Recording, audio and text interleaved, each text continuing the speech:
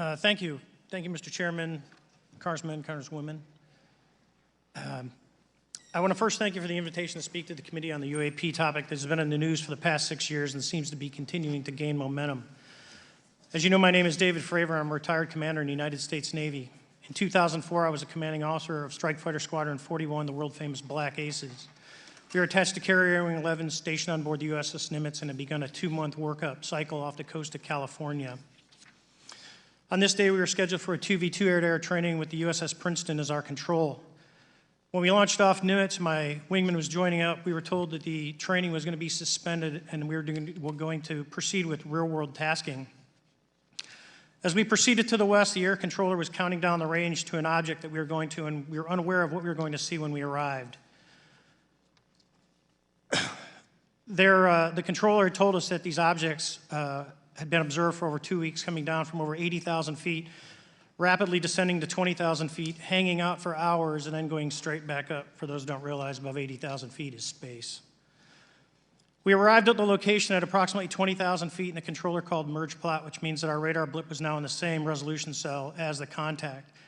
As we looked around, we noticed that we saw some whitewater off our right side. It's important to note that the weather on this day was as close to perfect as you could ask for off the coast of San Diego. Clear skies, light winds, calm seas, no whitecaps from waves. So the whitewater stood out in a large blue ocean. All 4 of us, because we were in F-18Fs, so we had pilots and Wizzo in the back seat, looked down and saw a white tic-tac object with a longitudinal axis pointing north-south and moving very abruptly over the water like a ping-pong ball. There were no rotors, no rotor wash, or any sign of visible control surfaces like wings. As we started clockwise towards the object, my Wizzo and I decided to go down and take a closer look with the other aircraft staying in high cover to observe both us and the tic-tac. We proceeded around the circle about 90 degrees from the start of our descent, and the object suddenly shifted its longitudinal axis, aligned it with my aircraft, and began to climb. We continued down another 270 degrees, nose low, where the tic-tac, or we considered 270 degrees to where, and we went nose low to where the tic-tac would have been. Our altitude at this point was about 15,000 feet, and the tic-tac was about 12,000. As we pulled nose onto the object, within about a half mile of it, it rapidly accelerated in front of us and disappeared. Our wingman, roughly 8,000 feet above us, lost contact also. We immediately turned back to see where the whitewater was at, and it was gone also. So as we started to turn back towards the east, the controller came up and said, "Sir, you're not going to believe this, but that thing is at your cat point, roughly 60 miles away in less than a minute." You can calculate the speed. We returned to Nimitz. We were taking off our gear. We were talking to one of my crews that was getting ready to launch. We mentioned it to them, and they went out and luckily got the video that you see, that 90-second video. What you don't see is the radar tape that was never released, and we don't know where it's at, of the active jamming that the object put on an APG-73 radar, and I can get into modes later if you're interested. What is shocking to us is that the incident was never investigated. None of my crew were ever questioned. Tapes were never taken, and after a couple days, it turned into a great story with friends. It wasn't until 2009 until Jay Stratton had contacted me to investigate.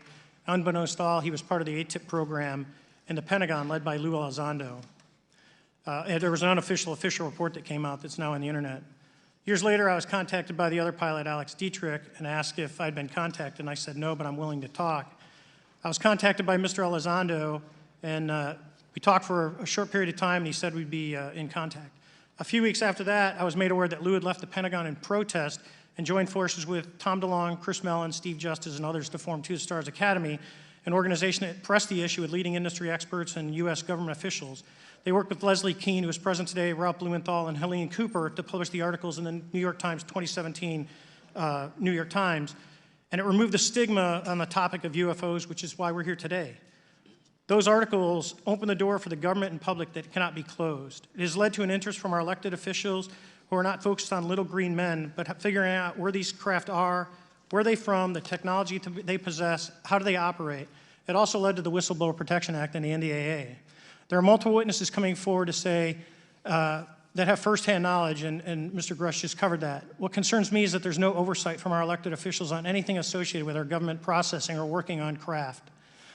Believe it not from this world. This issue is not a full public disclosure that could undermine national security, but it is about ensuring that our system of checks and balances works across all work done in the government using taxpayer funds.